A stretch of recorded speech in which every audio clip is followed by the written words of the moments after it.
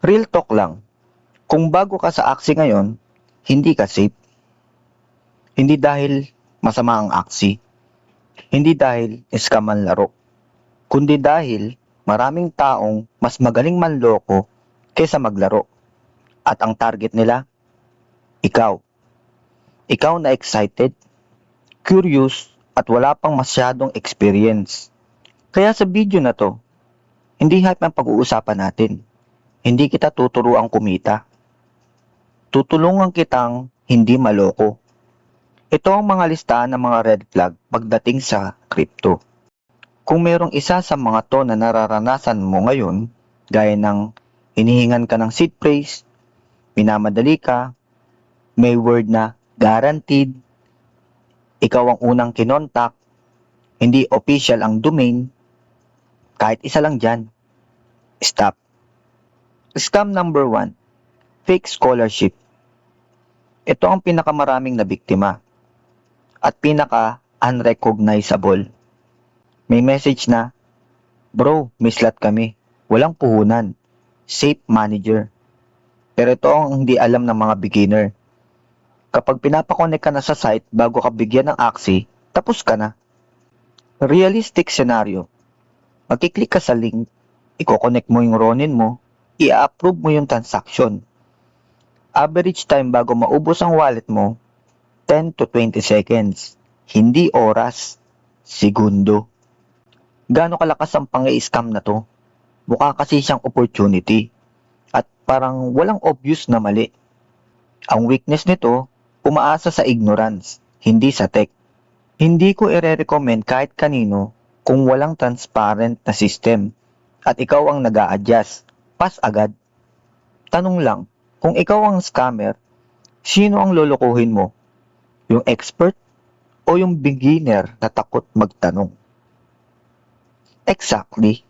Scam number 2, fake Axie or fake claim sites.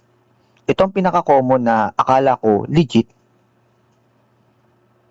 On-screen checklist, HTTPS, hindi official ang domain, may countdown, may nakalagay na word na claim now.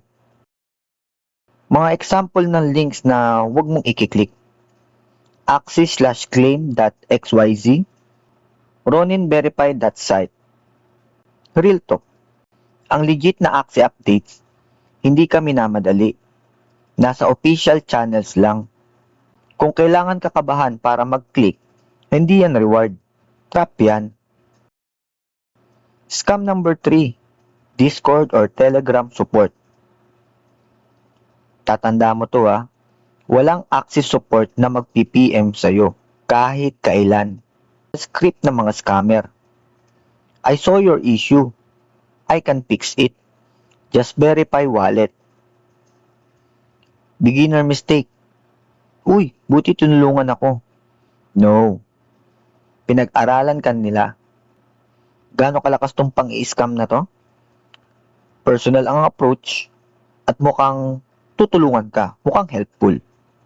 Ano naman ang weakness nito? Madaling i-expose kapag alam mo ang rule.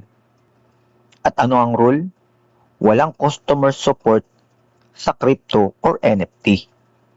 Scam number 4, overpriced Axie bait. Naku, madalas to sa Facebook. Hindi lahat ng scam illegal. Yung iba, sinasamantala lang ang hype.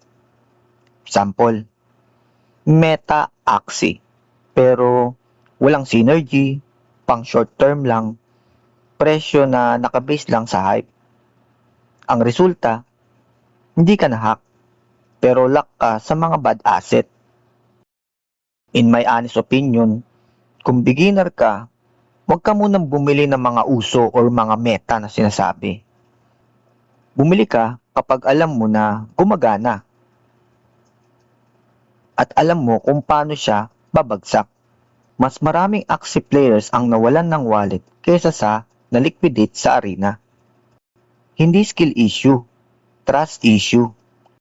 Scam number 5, guaranteed income Axie group. Kapag may narinig kang guaranteed return, fixed income, no risk, Hindi yan Axie system. Ponzi logic yan.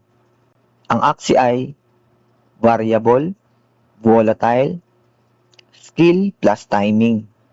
Kung ayaw nilang ipaliwanag kung paano ka malulugi, siguradong ikaw ang malulugi. Hindi mo kailangan pumasok agad. Hindi ka late. Hindi ka mahina. Pero kung pumasok ka ng hindi mo alam ang wallet, hindi mo alam ang risk, hindi mo alam ang scam patterns, hindi ka investor. Target ka. Kung may isang takeaway ka dito, ito yun. Walang urgent sa Axie maliban sa pagprotekta sa wallet mo. Kung tahimik ka, safe ka. Kung minamadali ka, delikado ka. Ingat muna bago grind. Ingat bago click. Game on!